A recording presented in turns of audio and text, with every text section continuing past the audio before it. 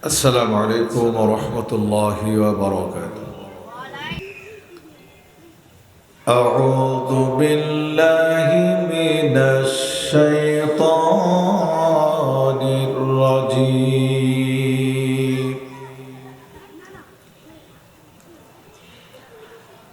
بسم الله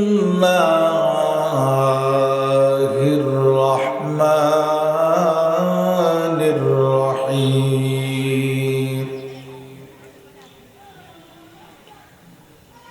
ويوم يعض الظالم على يديه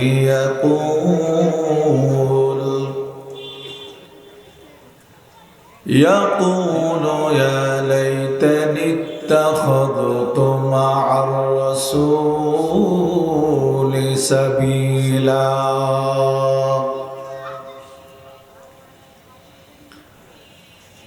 يا ويلتى ليتني لم أتخذ فلانا خليلا.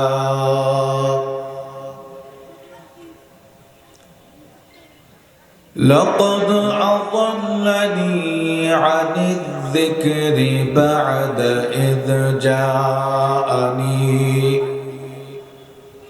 وكان الشيطان للإنسان خذولا.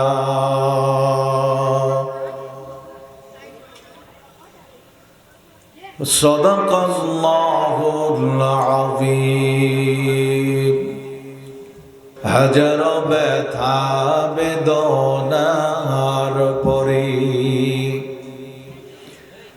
ফিরে আসনি তুমি আপন ঘরে। দিনের আলো তুমি ছড়িয়ে দিতে চলে গেলে মদিনায় মক্কা ছেড়ে। হে রাসূল তোমাকে ভুলি আমি কেমন করে। হাজারো ব্যথা বেদনার পরে ফিরে আসনি তুমি আপন ঘরে। দিনের আলো তুমি ছড়িয়ে দিতে চলে গেলে মদিনায় মক্কা ছেড়ে। হে রাসূল তোমাকে ভুলি আমি কেমন করে। খেয়ে না খেয়ে দিন প্রচারের কাজে নিজেকে দিয়েছ বিলিয়ে। তায়েফের কাফেরেরা চিনল না এ আলো। দুষ্ট ছেলেদের পিছু দিল লেলিয়ে। পাথরের আঘাতে ক্ষত বিক্ষত হয়ে সারা শরীর থেকে রক্ত ঝরে। হে রাসূল তোমাকে ভুলি আমি কেমন করে। হাজারো ব্যথা বেদনার পরে ফিরে আসনি তুমি আপন ঘরে। দিনের আলো তুমি ছড়িয়ে দিতে চলে গেলে মদিনায় মক্কা ছেড়ে। হে রাসূল তোমাকে ভুলি আমি কেমন করে। আসুন আমি বক্তব্য দেওয়ার জন্য সূরা ফুরকানের 27, 28 29 এই তিনটি আয়াতে কারিমা তেলাওয়াত করেছি। এই আয়াতের মধ্যে চমৎকার তাফসীর, মুফাসসিরিন কেরাম চমৎকার তাফসীর করেছেন, কিন্তু মনোযোগ দিয়ে শোনা লাগবে, অত্যন্ত চমৎকার। 27, 28, 29 নম্বর আয়াতে কারিমার মধ্যে মনোমুগ্ধকর মুফাসসিরিন কেরাম তাফসীর করেছেন। আল্লাহ তাআলা কেন এই আয়াতে কারিমা নাজিল করলেন এর একটা প্রেক্ষাপট আছে না নাই? জোরে আমি আপনাদেরকে এর সরল অর্থ আগে শোনাই। এই আয়াতের মধ্যে আল্লাহ কি বলছেন? وَيَوْمَ يَعَضُّ الظَّالِمُ عَلَى يَدَيْهِ يَقُولُ يَا لَيْتَنِي اتَّخَذْتُ مَعَ الرَّسُولِ سَبِيلًا। আল্লাহু আকবার বলেন। কিয়ামতের মাঠ যেদিন কায়েম হয়ে যাবে, কাফের, বেঈমান, জালিম ব্যক্তি যারা হাসরের মাঠে থাকবে, তারা নিজের হাত নিজেই দংশন করতে থাকবে। ওয়ায়াউমা ইয়া'আদ্দুল যালিমু আলা ইয়াদাইহি, নিজের হাত নিজেই দংশন করবে। কাফের, বেঈমান, জুলুমকারী যারা হাসরের মাঠে থাকবে, কিয়ামতের মাঠে থাকবে, নিজের হাত নিজেই দংশন করবে। এই আঙ্গুল থেকে খাওয়া শুরু করবে, এই কোনই পর্যন্ত চলে আসবে খাইতে খাইতে। এই হাত শেষ, আবার বাম হাত শুরু করবে। এই বাম হাত খাওয়া যখন, দংশন করা যখন শেষ হয়ে যাবে, আবার ডান হাত আগের মতো হয়ে যাবে। তাহলে এইভাবে শুধু খাইতেই থাকবে আর আফসোস করে বলবে, কেন বিশ্ব নবীর পথ অবলম্বন করলাম না, কেন নবীজির পথ অনুসরণ করলাম। আলা ইয়াদাইহি ইয়াকুলু ইয়া লাইতানি ইত্তাখাযতু মা'আর রাসূলি সাবিলা, কেন মুহাম্মদ সাল্লাল্লাহু আলাইহি ওয়াসাল্লামের পথে থাকলাম না, আফসোস করবে আর দংশন করতে থাকবে। নাউযুবিল্লাহ। এই হলো 27 নম্বর আয়াতে কারিমার অর্থ। ইয়া ওয়াইলাতা লাইতানি লাম আত্তাখিয ফুলানান খলিলা, কেন অমুককে বন্ধু রূপে গ্রহণ করেছিলাম, কেন অমুককে বন্ধু বানিয়েছিলাম, আফসোস করবে। লাকাদ আযাল্লানি আনিয যিকরি বা'দা ইয জাআনি ওয়া কানা আশ-শাইতানু লিল ইনসানি খাযুলা। আমার ঘরে উপদেশ আসছিল, আমার পর্যন্ত উপদেশ এসেছিল, কিন্তু অমুককে বন্ধু বানানোর পর, অমুক বন্ধুর কথা শোনার পর সেই উপদেশটা আমি প্রত্যাখ্যান করেছি, সেই উপদেশ গ্রহণ করতে পারি নাই। আর শয়তান কিন্তু সবচাইতে বড় প্রতারক, ঠিক না ঠিক? ওয়া কানা আশ-শাইতানু লিল ইনসানি খাযুলা, শয়তান সবচাইতে বড় প্রতারক এবং বিপদকালে মানুষের কাছ থেকে ভেগে যায়, বিপদকালে ধোঁকা দেয়। কথা কান ঠিক না বেঠিক?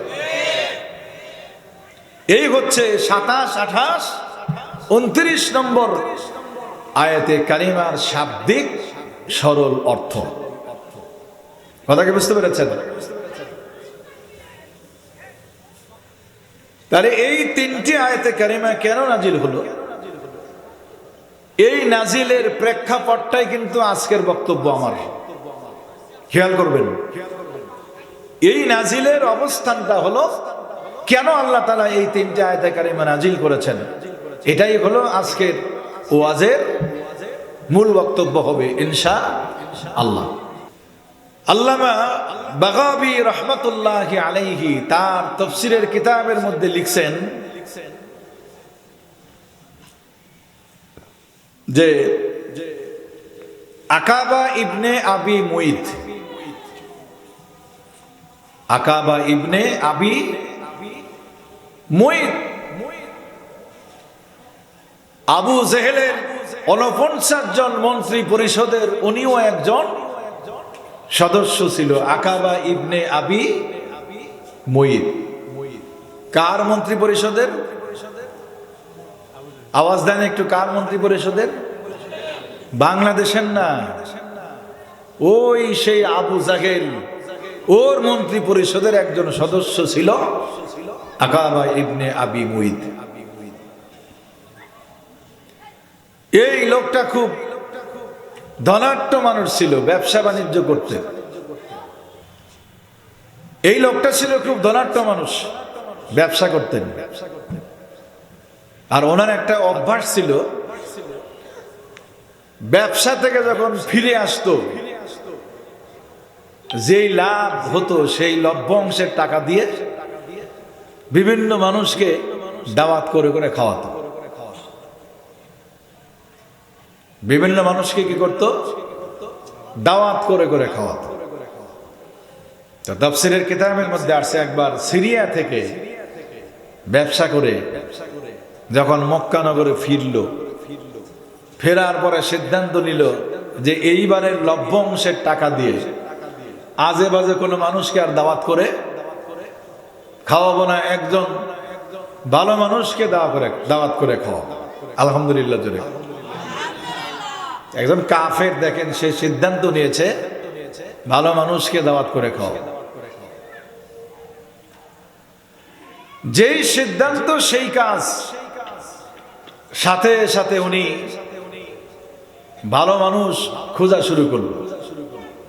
কারণ মানুষকে দাওয়াত খাওয়ানো এটা একটা ভালো কাজ। আপনি মেহমানদারি যখন করবেন এর বরকত, এর ফজিলত আপনি পাবেন আলহামদুলিল্লাহ পরে। কিন্তু আমরা তো অনেক সময় দাওয়াত খাওয়াই মানুষকে স্বার্থের জন্য, ঠিক না বেরিক জোরে করে? বিবাহের অনুষ্ঠানে আমরা দাওয়াত দেই, কিন্তু আপনার ভিখারির মতো গেটের সামনে টেবিল আর চেয়ার নিয়ে বসে থাকি, তো খাবে আর যাওয়ার সময় কিছু আমারে ভিক্ষা দিয়ে যাবে। এরকম আজকে সমাজে এটাই চলছে, কথা বলেন ঠিক না ঠিক? কমিউনিটি সেন্টারে যাবেন, দেখবেন খাওয়ার সময় পান আর টেবিল নিয়ে বসে আছে, খাইলা একটা পান খাও আর 2-4 হাজার টাকা দিয়ে ভাগো। এখন স্বার্থের জন্য খাওয়াই, যে অনুষ্ঠান হোক দেখবেন স্বার্থের জন্য, ঠিক না বেরিক জোরে করে? বিবাহের অনুষ্ঠানে কন্যা পক্ষের কাছ থেকে জোর করে আমরা টাকা পয়সা নেই, এরকম ডাকাত আমাদের সমাজে সবচাইতে বেশি, ঠিক না বেরিক জোরে করে?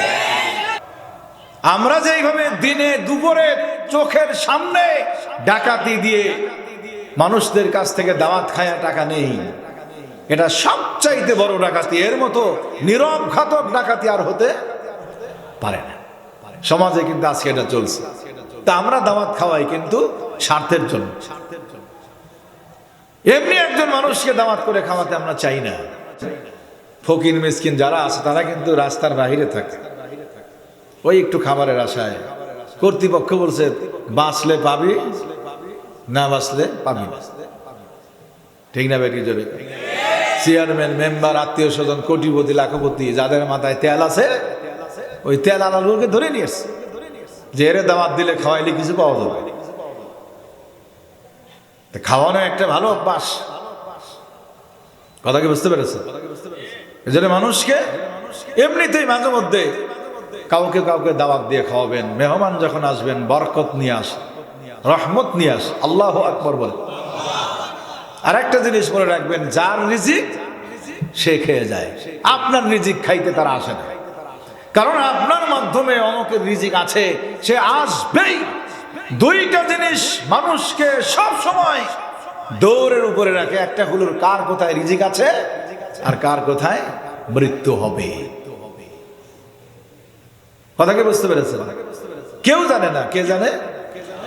ওমা তাদরি নাফসুম মাযা তাকসিবু গাদা ওয়া মা তাদরি নাফসুম বিআইয়ি আরদিন তামুত ইন্নাল্লাহা আলিমুন খবীর।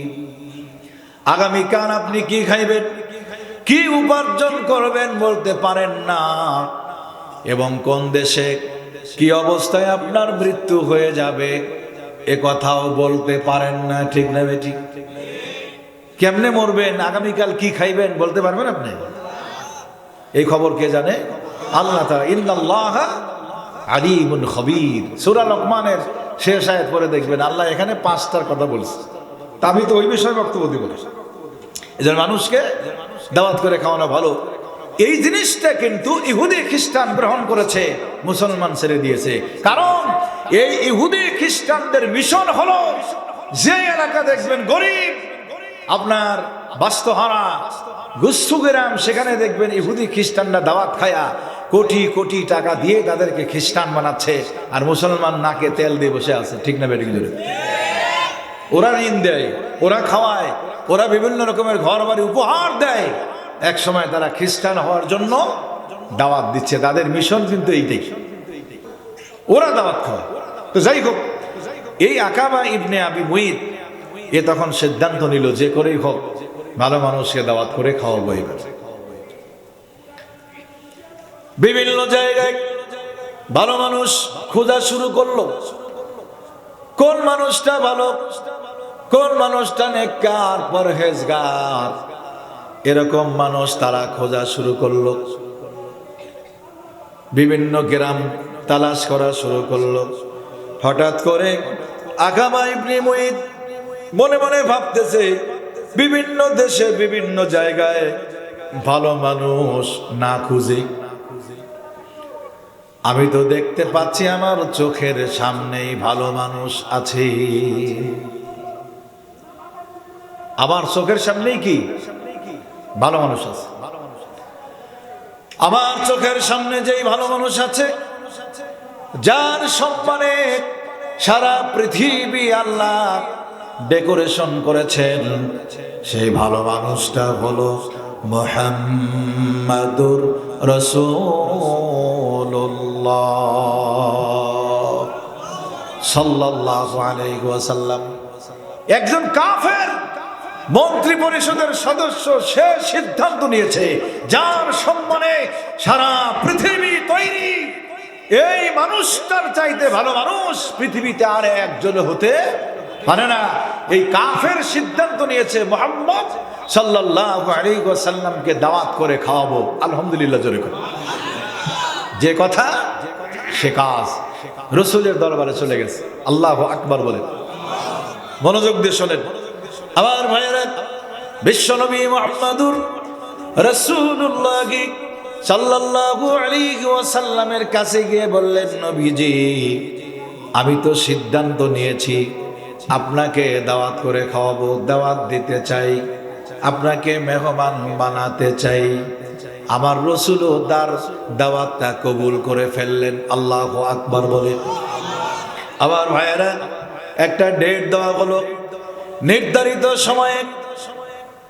নির্ধারিত সময় যখন চলে আসলো, গভীর মনোযোগ দিয়ে শুনবেন।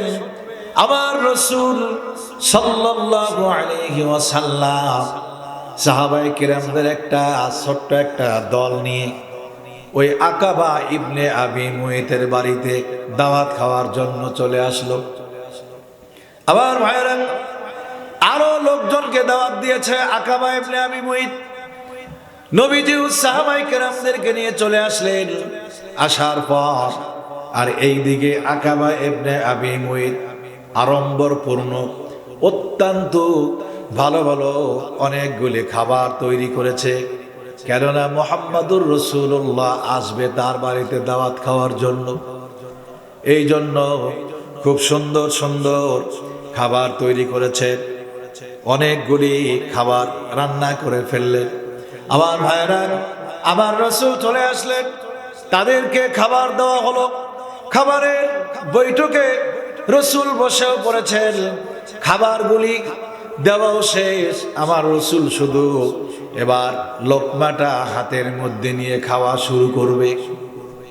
ঠিক এই মুহূর্তে আল্লাহ পাক রব্বুল আলামিন আরশে আজিম থেকে বিশ্বনবীর অন্তরের মধ্যে একটা কথা উদয় করে দিলেন। আল্লাহু আকবার, সুবহানাল্লাহি বিহামদিহি। লোকমা হাতের মধ্যে নিয়েছেন, খেয়াল করেন আমার দিকে। লোকমা হাতের মধ্যে, শুধু এখন রসুল কি করবেন? মুখের মধ্যে দিবেন। ঠিক এই মুহূর্তে আরশে আজিম থেকে আল্লাহ পাক রব্বুল আলামিন আমার রসুলের অন্তরের মধ্যে একটা কথা উদয় করে দিলেন লোকমাটা মুখে দেওয়ার আগে। সুবহানাল্লাহ। কোন কথা জানেন? আমার ভাইয়েরা, আমার রসুলকে আল্লাহ পাক জানাই দিলেন, ওগো নবীজি, যে আকাবা ইবনে আবি মুইত একজন কাট্টা কাফের, আল্লাহ মনে মনে সিদ্ধান্ত নিয়েছে এই একজন কাফের ব্যক্তি হয়ে আমার রসুলকে, আমার বন্ধুকে, যার সম্মানে সারা পৃথিবী তৈরি করেছি, এই মহামানবকে, যে মানুষটা সম্মান করে ইজ্জত করে দাওয়াত দিয়ে খাওয়াবে আর ওই লোকটা জাহান্নামে যাবে তা নয়। সুবহানাল্লাহ বলবেন না?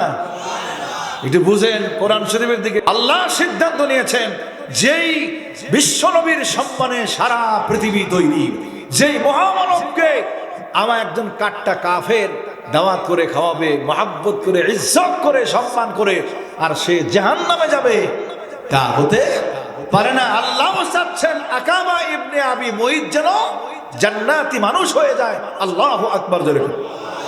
এজন্য আমার রসুলের অন্তরের মধ্যে উদয় করে দিলেন, নবীজি, লোকমা হাতের মধ্যে আছে ভালো কথা, কিন্তু খাবার গ্রহণের আগে আকাবাকে আগে ইসলামের দাওয়াত দেন। সুবহানাল্লাহ জোরে বলেন।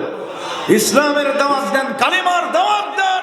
সে যখন ইসলাম কবুল করবে তখন আপনি খাবার খাবেন, তাছাড়া লোকমা হাতেই থাকবে, মুখের মধ্যে দেওয়া যাবে না। সুবহানাল্লাহি বিহামদিহি। কথা কি বুঝতে পেরেছেন?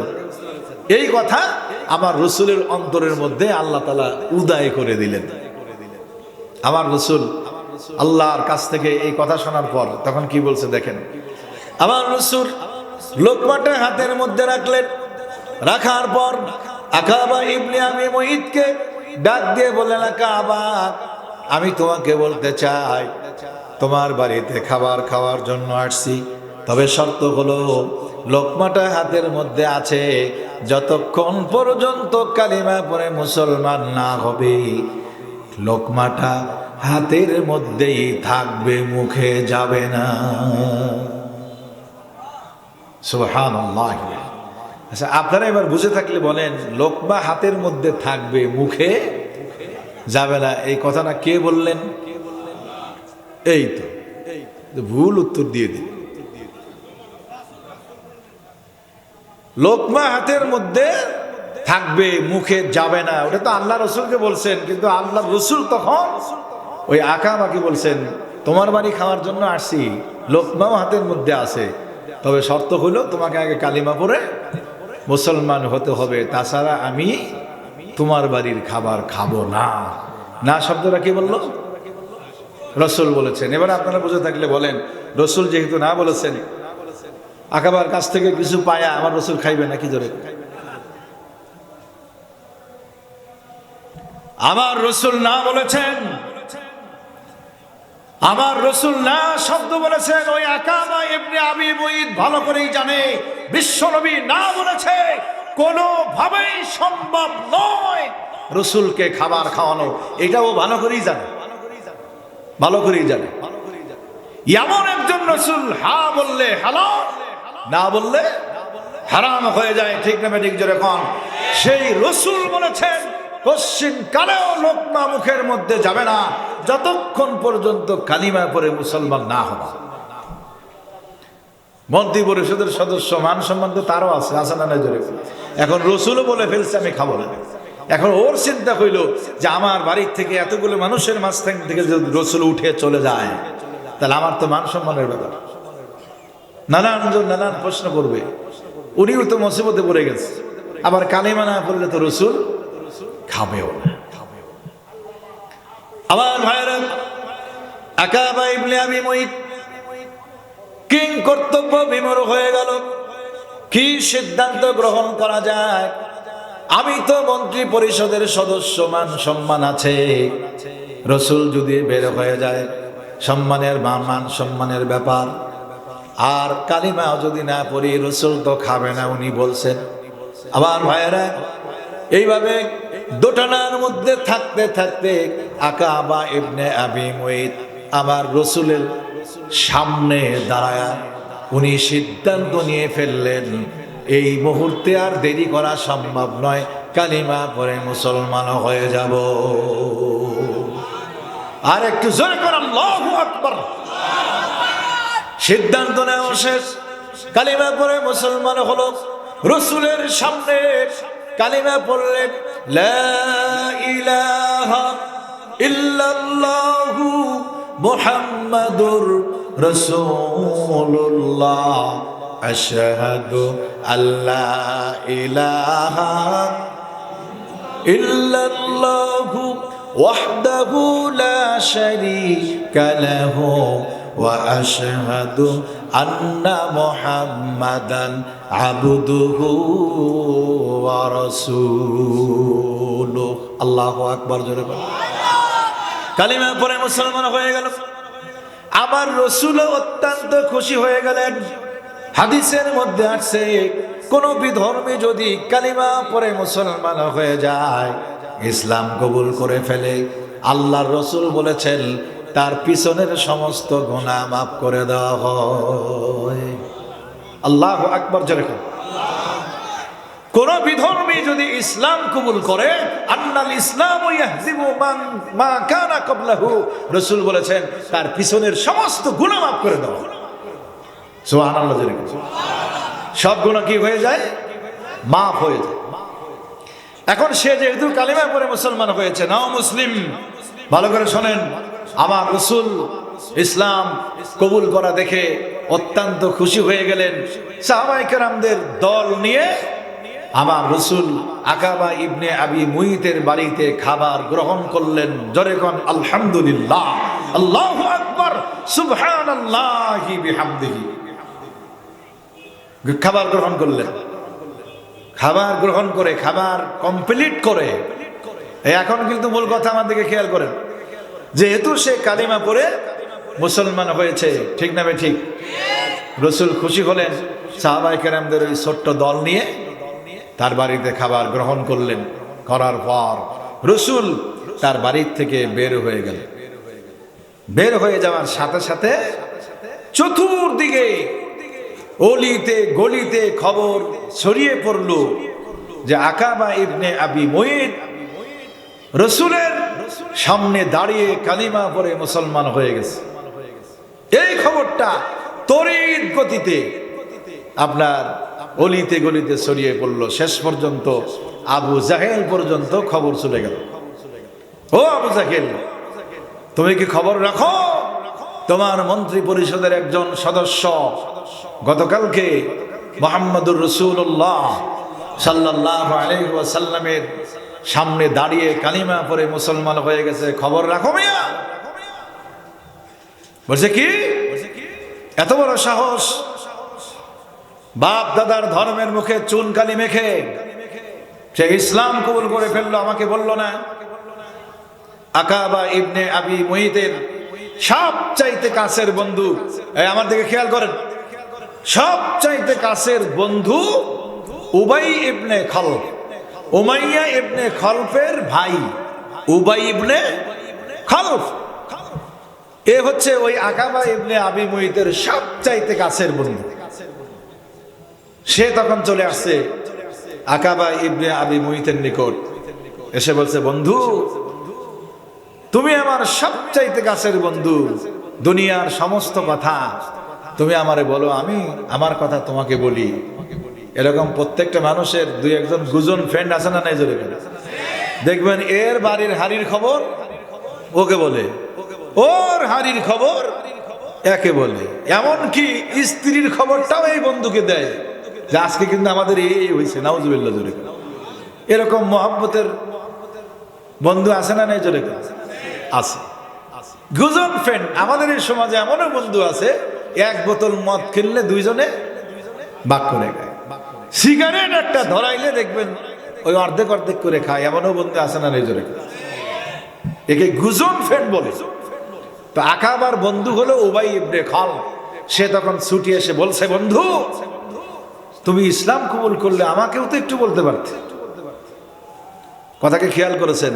ইয়া ওয়াইলাতা লাইতানি লাম আত্তাখিদ ফুলানান খলিলা। সে আফসোস করে বলছে, অমুককে যদি আমি বন্ধু না বানাতাম।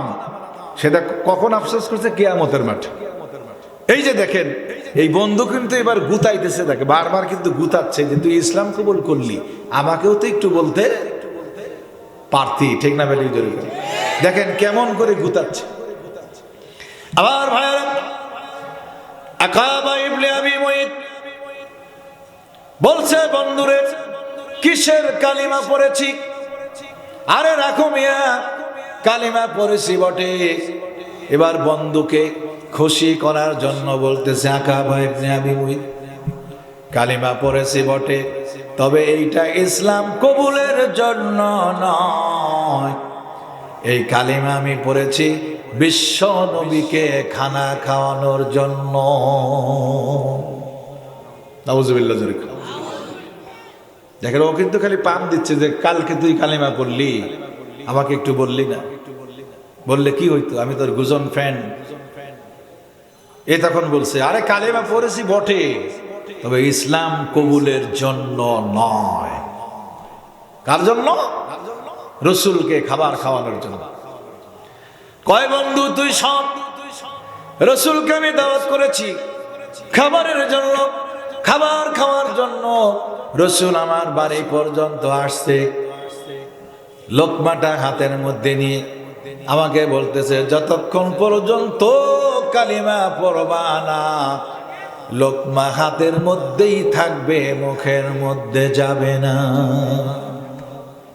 এবার তুই বলতো দেখি, তাহলে আমার মান সম্মানের ব্যাপার, আমার বাড়ির থেকে যদি রসুল না খাইয়া চলে যায়, তাহলে ব্যাপারটা কেমন দাঁড়ায়, ঠিক না বেটি? আমার বাড়ি থেকে নবীজি যদি না খাইয়া চলে যায়, কেমন দেখায় মান সম্মানের ব্যাপার। ওই জন্য আমি রসুলের সামনে দাঁড়ায়া কালিমা পড়েছি, ইসলাম গ্রহণের জন্য নয়, রসুলকে খানা খাওয়ানোর জন্য। কথা ঠিক না বেটি? জোরে করে। আমাদের সমাজেও কিন্তু এই ধরনের মানুষ আছে না নাই? বললে হয়তো রাগ করবেন, আমাদের সমাজে কিছু মানুষ আছে 34 ওয়াক্ত নামাজ কাজা, 7 দিনের মধ্যে নামাজ হলো 35 ওয়াক্ত, 34 ওয়াক্ত নামাজ নাই। এবার 7 দিনের একদিন জুমার দিন দেখবে, এবার চোখের মধ্যে সুরমা, এরপরে লম্বা একটা জুব্বা, মাথার মধ্যে টুপি লাগায়া একবারে দেখবেন সামনের কাতারে, ঠিক না বেটি? 5 ওয়াক্ত নামাজি ব্যক্তিরা সামনের কাতারে সুযোগ নাই, ওই ডাকাতদের জন্য, ঠিক না বেটি? জোরে করে। 34 ওয়াক্ত নামাজ কাজা, 35 ওয়াক্ত নামাজের জন্য দেখবেন মসজিদের মধ্যে ভিড়, আবার তাদের বড় বড় কথা, ঠিক না বেটি? এটা হলো একটা। আর একটা দিক হলো, জিন্দেগিতে কোনোদিন নামাজ নাই, তবে সময় মতো দেখবেন মাথার মধ্যে টুপি, আবার গায়ে পাঞ্জাবি। সময় আসতেছে, আর কিছুদিন পরে ওই সময় আসতেছে। জিন্দেগিতেও নামাজ পড়ে না, পশ্চিম দিক ছেড়ে না, সেই ব্যক্তি দেখবেন যখন ভোটের সময় আসবে, মাথায় টুপি, গায়ে পাঞ্জাবি, একবারে বড় হুজুর সেজে গ্রামের প্রত্যেকটা মানুষের নিকটে বোঝাবে যে আমি ইসলামকে মহব্বত করি। এই সমস্ত মানুষগুলির জায়গা হবে এই আকাবা ইবনে আবি মুঈতের সাথে। কথা বলেন ঠিক না ঠিক? ওই কুলাঙ্গার জানোয়ার কিন্তু রসুলের সামনে কালিমা পড়েছে, ইসলাম কবুলের জন্য নয়, রসুলকে খাওয়ানোর জন্য। আমাদের সমাজে ওই শ্রেণীর মানুষ আজকে সমাজে অনেক, কথা কন ঠিক না বেঠিক? অনেক মানুষ আছে। পায়জামা পাঞ্জাবি পরবে। আবার দেখবেন ভোটের দাঁড়ানোর পর ভোটের নির্বাচন ক্যানভাস শুরু করবে, বিভিন্ন মাজারে গিয়ে বাবার কাছ থেকে দোয়া নিয়ে, দোয়াখামা যা করছি অন্তত এবারের মতো পার করে দাও, নাউজুবিল্লাহ জোরে। এগুলো একটু দৃষ্টান্ত না দিলে বুঝবেন না। আকাবা ইবনে মুঈত তাহলে এই যে ইসলাম কবুল করে, ইসলাম কবুলের জন্য কিন্তু কালিমা পড়ে নাই। আমরাও কিন্তু মানুষকে ধোকা দেই, ঠিক না বেঠিক জোরে করে? আপনি চাঁপাইনবাবগঞ্জের নিউ মার্কেটে গিয়ে দেখবেন কত মানুষ দেখবেন পাতলা সাদা, একবারে ধবধবে সাদা পাঞ্জাবি, মাথায় দাড়ি নাই, টুপি মাথার মধ্যে আছে, ব্যবসা করে না জোরে করে? নিউ মার্কেট বাদ দেন, বিভিন্ন দোকানে গিয়ে দেখবেন অনেক মানুষ কিন্তু ওই পাতলা পাঞ্জাবি আর মাথায় টুপি দেখে কিন্তু ধোকায় পড়ে যায় যে এই আল্লাহর ফেরেশতা, এ কোনোদিন ওজনে কম দিতে পারে না, কাপড়ে ভেজাল দিবে না, কিন্তু সবচাইতে বেশি ধোকাবাজ এই টুপি মাথায় দিয়ে পাঞ্জাবি গায়ে দিয়ে ধোকাবাজি করতেছে। কথা কন ঠিক না বেঠিক? মানুষ কিন্তু মহব্বত করে যে না এই পাঞ্জাবি আর টুপিওয়ালা এই লোকটা মাল খারাপ দিতে, ওই সুযোগ বুঝে ও কিন্তু আরে এগুলো পড়ছি লোক দেখানো, আমার মূল ব্যবসা হলো তো ফাঁকি দেব, মালে ভেজাল দেব, 2 দিনের মধ্যে যেন আমি কোটিপতি হয়ে যাই, নাউজুবিল্লাহ জোরে। এরকম লোক সমাজে আছে না নাই জোরে? যাই হোক, আরো কিছু ভর দিয়ে বললে আপনারা কষ্ট পাইবেন, তো ওদিকে আমি যাচ্ছি না। খেয়াল করে দেখেন, তাহলে আকামা বলছে আমি কালিমা পড়েছি ইসলাম কবুলের জন্য নয়। কিসের জন্য? রসুলকে খানা খাওয়ানোর জন্য। আমার ভাইয়েরা, উবাই ইবনে খালদ বলে বন্ধুরে তোর এই কথা আমি বিশ্বাস করি না, তুমি ইসলাম কবুলের জন্যই কালিমা পড়েছ, বিশ্বাস করি না। আকাবা তখন বলছে বন্ধুরে কি করলে তুই বিশ্বাস করবি?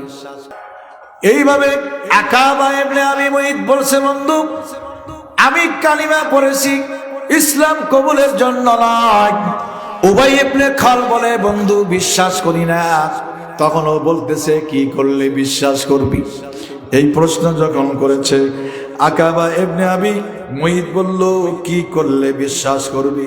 উবাই ইবনে খালদ বলছে বন্ধুরে, উবাই ইবনে খালদ তখন বলছে বন্ধুরে ওই কাজ করলে আমি বিশ্বাস করব যেই মুখ দিয়ে বিশ্ব নবী মুহাম্মদুর রাসূলুল্লাহ সাল্লাল্লাহু আলাইহি ওয়াসাল্লামের কালিমা পড়ে তুমি মুসলমান হয়েছ, কালিমা পড়েছ, আমিও তোমাকে বলতে চাই ওই মুখ দিয়ে বিশ্ব নবীর চেহারার সামনে থুতু নিক্ষেপ করলে আমি তখন বিশ্বাস করব তুমি কালিমা পড়ো নাই।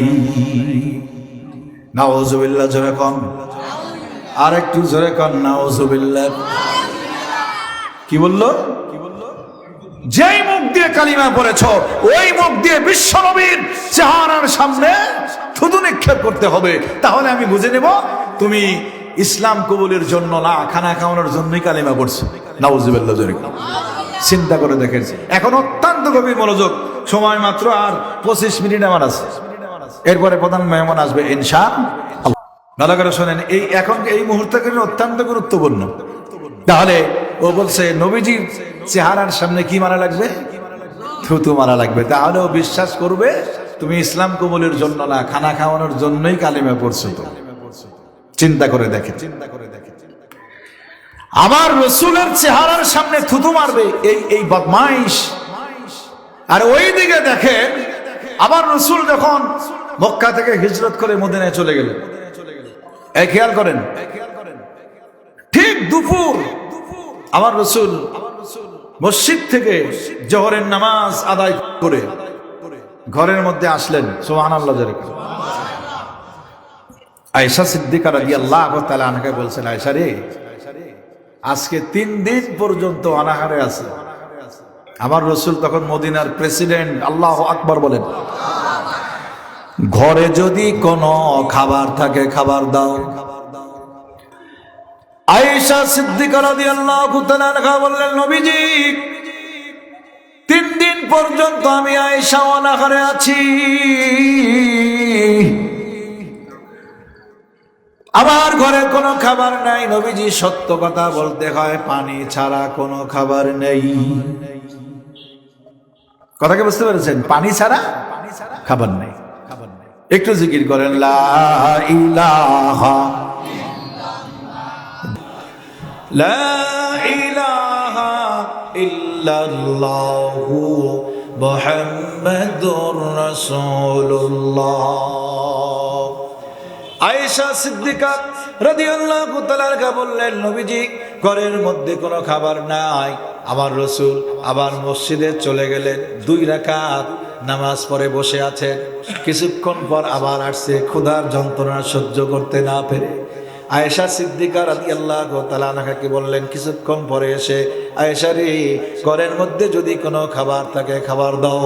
আয়েশা সিদ্দিকা বললেন, ইয়া রাসূলুল্লাহ, কিছুক্ষণ আগেই তো বললাম ঘরের মধ্যে পানি ছাড়া কোনো খাবার নেই। নবীজি আবার মসজিদে গেলেন, 2 রাকাত নামাজ পড়ে আবার বসে আছে। বলেন তো আমরা যদি হইতাম কি করতাম বলেন? আমার রাসূল ঘরের মধ্যে খাবার না পাইয়া মসজিদে গিয়ে 2 রাকাত নামাজ পড়লেন। আল্লাহু আকবার জোরে করে নামাজ পড়ে বসে আছে। এমন সময় কিছুক্ষণ পর আবু বকর সিদ্দিক রাদিয়াল্লাহু তাআলা আনহু, ওমর রাদিয়াল্লাহু তাআলা আনহু, 2 জন সম্মানিত সাহাবী মসজিদের মধ্যে প্রবেশ করলেন, রসুলকে সালাম দিলেন। রসুল বললেন, আবু বকর, ওমর, এই অসময়ে তোমরা কেন মসজিদের মধ্যে আসছো? দুপুরের সময় এমন একটা সময় আছে দেখবেন, ওই সময় কিন্তু মানুষ সহজে ঘর থেকে বের হয় না, ঘরের মধ্যেই বিশ্রাম করে, ঠিক না বে ঠিক? আমার ভাইয়েরা, আবু বকর ওমর 2 জন সম্মানিত সাহাবী আমার রাসূলকে ডাক দিয়ে বললেন, নবীজি আপনি কেন অসময় মসজিদের মধ্যে বসে আছেন? কেমন মহব্বত তাদের ছিল দেখেন। আমার ভাইয়েরা, রাসূল বললেন, আবু বকর ওমর, সত্য কথা বলতে হয়, আমি রাসূল 3 দিন পর্যন্ত অনাহারে খাবার ঘরের মধ্যে না পাইয়া মসজিদের মধ্যে ক্ষুধার যন্ত্রণা সহ্য করতে না পেরে বসে আছি। চিন্তা করে দেখে, সে ক্ষুধা যন্ত্রণা সহ্য করতে পারি না, তাই মসজিদে বসে নামাজ পড়ে বসে আছে। আল্লাহু আকবার জোরে। এখান থেকে কি বুঝলেন? সমস্যা হতে পারে আমাদেরও, ঠিক না বে ঠিক? যাই নামাজ বিছায়া 2 রাকাত নামাজ পড়ে সালাতুল হাজতের আল্লাহর কাছ থেকে প্রার্থনা করেন, দুনিয়ার কারো কাছে চাওয়ার প্রয়োজন নাই। আল্লাহু আকবার জোরে কর। আমার আল্লাহ দিতে প্রস্তুত। হাদিসের মধ্যে আছে, মাল্লাম ইয়াসআলিল্লাহ ইয়াগদাব আলাইহি। রাসূল বলেছেন যে আমরা মানুষের কাছ থেকে চাইলে মানুষ রাগ করে, আর আমার রাসূল বলেন আল্লাহর কাছ থেকে কোনো বান্দা না চাইলে আল্লাহ তাআলা রাগ করে। তুই আমার কাছে চালি না কেন? এজন্য সমস্যার সমাধান কে দিবেন? ওখান থেকে চাইবেন। আমার ভাইয়েরা, রাসূল বললেন ক্ষুধার যন্ত্রণা। আবু বকর সিদ্দিক রাদিয়াল্লাহু তাআলা আনহু বললেন, নবীজি 3 দিন পর্যন্ত আপনার আবু বকর অনাহারে। ওমর রাদিয়াল্লাহু তাআলা আনহু বললেন, ওগো নবীজি 3 দিন পর্যন্ত আমি অনাহারে আছি। অথচ তারা হলো বিভিন্ন প্রদেশের গভর্নর, রাসূল প্রেসিডেন্ট, তারা বিভিন্ন জায়গার গভর্নর, এরপরেও না খাইয়ে আছে। আপনাদের কাছে কাল্পনিক মনে হতে পারে, কাল্পনিক মনে হতে পারে। আবার ভাইয়েরা, আবু বকর ওমর রাদিয়াল্লাহু তাআলা আনহুমা 2 জন সাহাবী বলছেন, নবীজি খোদার যন্ত্রণা সহ্য করতে না পেরে আপনার কাছে ছুটে এসেছি। আপনার সুন্দর চেহারা যখন একবার দেখব, সারা দিন আমাদের আর ক্ষুধা লাগে না। লিল্লাহি তাকবীর, আল্লাহু আকবার। চিন্তা করে দেখেন আমার ভাইয়েরা, আবু বকর ওমর 2 জন সম্মানিত সাহাবী রাসূলের চেহারা দেখার জন্য আসছে, ক্ষুধার যন্ত্রণা দূর করার জন্য। আর এইদিকে আকাবা ইবনে আবি মুঈত, এই শয়তানটা আমার রাসূলের সামনে থুতু, চেহারার সামনে থুতু মারবে। এই 2 জনের পার্থক্য কত চিন্তা করে দেখেন। যাই হোক, অনেক লম্বা কথা। 2 জন সাহাবী যখন বলছে খোদার যন্ত্রণা সহ্য করতে না পেরে আপনার সুন্দর চেহারা দেখার জন্য আসছি, আল্লাহু আকবার। আকাবা ইবনে আবি মুঈত সিদ্ধান্ত নিয়েছে বন্ধুকে খুশি করার জন্য বিশ্ব নবীর চেহারার সামনে কি মারবে? থুতু মারবে, ঠিক না বে ঠিক? শোনেন, আমাদের বন্ধুত্ব খুব গাঢ়, কিন্তু কথা কি বুঝতে পেরেছেন? জানেন না আপনারা, আমাদের দুজনের বন্ধুত্ব খুব গাঢ় একদম। আল্লাহ কবুল করে, বলেন আমিন। দেখেন, বন্ধু বন্ধুকে কোথায় নেয়, ওই ওই ওই কথাই কিন্তু আমি করছি। মাহমুদুল হাসান সাহেবের কারণে বাংলাদেশের অনেক জায়গায় এখন আমার চেনে, আলহামদুলিল্লাহ জোরে আল্লাহু আকবার বলেন। ওনার সামনে প্রশংসা করে দিলাম, একটু খেয়াল করেন। এদিকে আকাবা ইবনে মুঈত তার একটা দল নিয়ে রাসূলের চেহারার সামনে থুতু মারার জন্য যাচ্ছে, নাউজুবিল্লাহ জোরে। রাসূলের দরবারে উপস্থিত আমার রাসূল দূর থেকে আকাবাকে দল বল দেখে খুশি হয়ে গেছে, কারণ গতকাল সে ইসলাম কবুল করেছে, নও মুসলিম হয়েছে, ঠিক না বেরিয়ে জোরে? খুব খুশি হয়ে গেছে। খুশি হওয়ার কারণে রাসূল উঠে দাঁড়ালেন, আহলান সাহলান মারহাবান, আল্লাহু আকবার জোরে কোন। কথা কি বুঝছেন আপনারা? কারণ সে গতকালকে ইসলাম কবুল করেছে, এই জন্য রাসূল বলছে হালান সাহলান। ও কালকে একাই ইসলাম কবুল করেছে, আজকে হয়তো দল বল সহ কি করবে, ইসলাম কবুল করবে। রাসূল খুশি হয়ে আগে আগে কথা বলতেছেন, আল্লাহু আকবার জোরে। আমার ভাইয়েরা, আকাবা ইবনে মুঈত রাসূলের দরবারে এসে সুযোগ বুঝে চেহারার সামনে থুতু নিক্ষেপ করে দিয়েছে, জোরে কান্না নাউজুবিল্লাহ। আমার রাসূল কিং কর্তব্য বিমেরু হয়ে গেলেন, আসমানের দিকে মাথা উত্তোলন করে, কলিজা ভেঙে খান খান হয়ে গেছে, আসমানের দিকে মাথা উত্তোলন করে আকাবা ইবনে আবি মুঈত কি বলতেছে, আকাবা রে, গতকালকে তুই ইসলাম কবুল করলি, আজকে আমার সামনে তুই থুতু নিক্ষেপ করলি, কারণটা বুঝলাম না। আমার ভাইরা, আমার রাসূলের চোখ দিয়ে দরদর করে পানি পড়ে, উপরে আরশে আজিমে আল্লাহ আছে না নাই? আমার রাসূলকে দুঃখ করা দেখে আল্লাহ পাক রব্বুল আলামিন হযরতে জিবরাইল আলাইহিস সালাতু ওয়াস সালামকে বললেন, জিবরাইল, ওই দেখো আমার রাসূলের চোখ দিয়ে দরদর করে পানি পড়তেছে, আমার রাসূলকে এই সংবাদটা দিয়ে দাও, জোরে কোন আল্লাহু আকবার। কোন সংবাদ? বক্তব্য শুরুর আগে সূরা ফুরকানের 27-28 নম্বর আয়াতে কারিমা তেলাওয়াত করেছিলাম।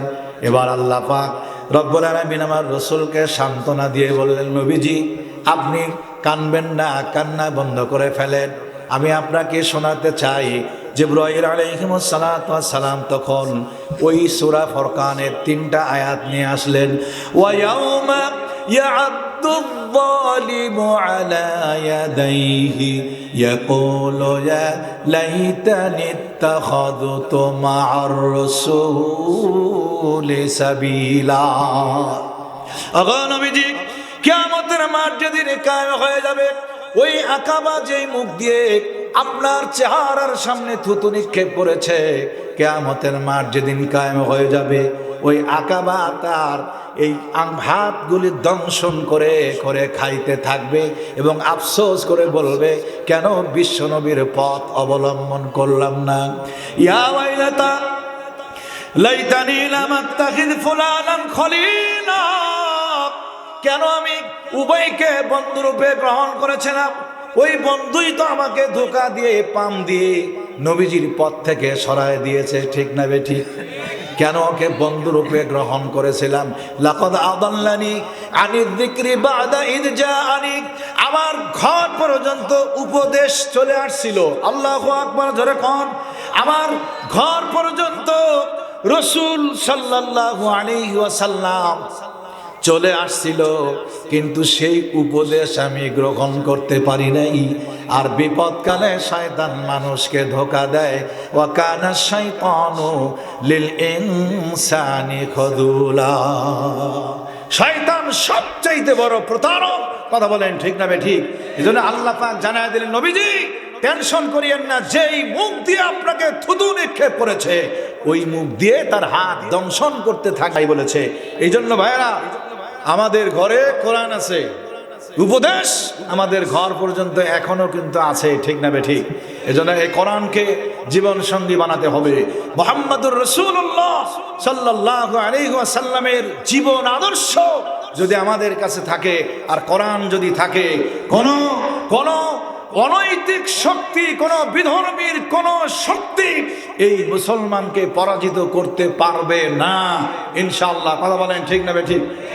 এই জন্য কোরআনের পক্ষে আমরা আছি তো ইনশাআল্লাহ। কারা কারা আছেন এই শেষ মুহূর্তে একটু হাত তোলেন তো আমার শেষ মুহূর্তে। নারায়ে তাকবীর, লিল্লাহি তাকবীর, মাশাআল্লাহ। আল্লাহ আমাদের সকলকে কবুল করেন। দেখছে আল্লাহ সকলকে কবুল করেন, বলেন আমিন। আরো জোরে করেন আল্লাহুম্মা আমিন। এই মাহফিল কবুল করেন। যুব সমাজ অনেক কষ্ট করেছেন, আল্লাহ ওনাদেরকে এর পূর্ণ জাযা এবং কোরআনের নূর দিয়ে ওদের অন্তরকে আলোকিত করে দেন। আমরা বলি আল্লাহুম্মা আমিন। ওয়া আখির দাওয়ানা আলহামদুলিল্লাহি রাব্বিল আলামিন। আসসালামু আলাইকুম ওয়া রাহমাতুল্লাহি ওয়া বারাকাতুহু।